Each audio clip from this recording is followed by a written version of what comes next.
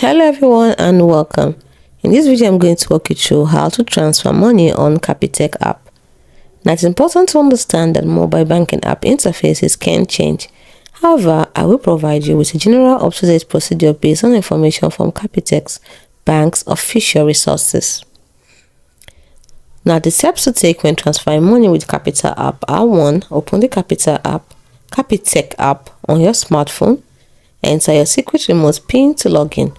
Navigate to Payments or Transact within the app's main menu. You typically have options to select an existing beneficiary or enter new beneficiary details. So choose the one you want. Then, if you're entering the new beneficiary details, you have to enter the bank account number, branch code, and stuff like that.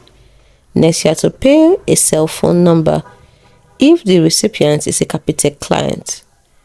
You can also enter payment details, that is, enter the amount you wish to transfer. You may also be able to add a reference or message. Review the payment details carefully. Confirm the transaction.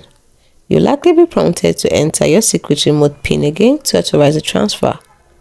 Then, once completed, you should receive a transaction confirmation on your app. It's as simple as that. The key points to remember are that you should always double check the recipient's bank account details before confirming any transfer.